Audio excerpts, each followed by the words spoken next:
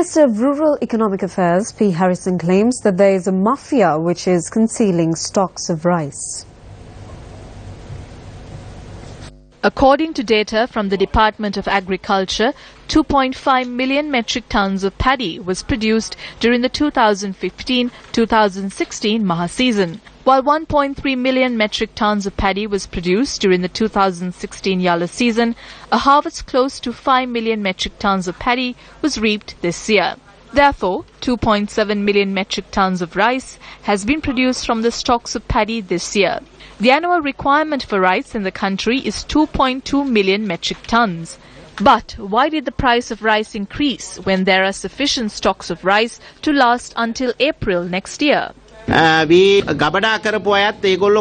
Traders who store paddy want to take maximum advantage of this opportunity, so they have stocked up their paddy in a bid to sell it at a high price. We have been informed that some mill owners have created a scarcity of rice with the aim of hiking up the prices.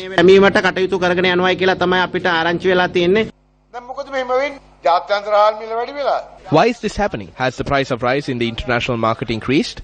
Well, that wouldn't have an impact on the rice in Sri Lanka, would it? The doors were opened for a few large-scale companies in the country to purchase massive stocks of paddy.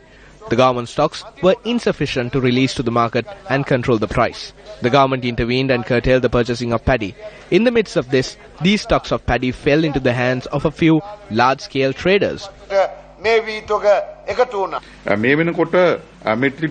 Technically, there should be around 2 million metric tons of paddy stocked up in the country. The government has close to just 200,000 of this 2 million metric tons. So, the remaining stocks of paddy has to be in the country somewhere.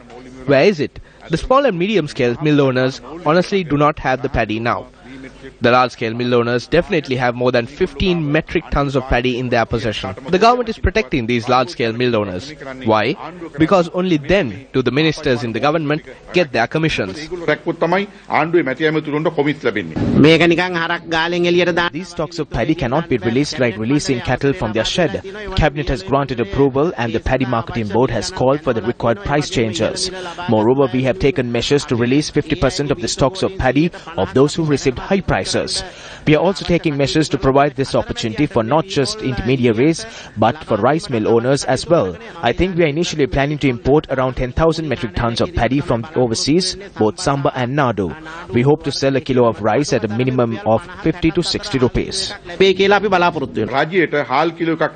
costs the government 66 rupees to produce a kilogram of rice. So the government can sell it at either 66, 67 or 68 rupees. It can also sell it at 70 rupees with a profit.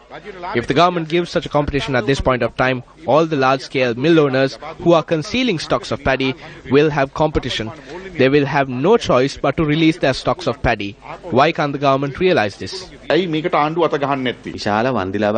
government should prepare themselves to pay a massive compensation. What has happened today is that rice has to be imported to the country and the consumer will have to purchase rice at over 100 rupees.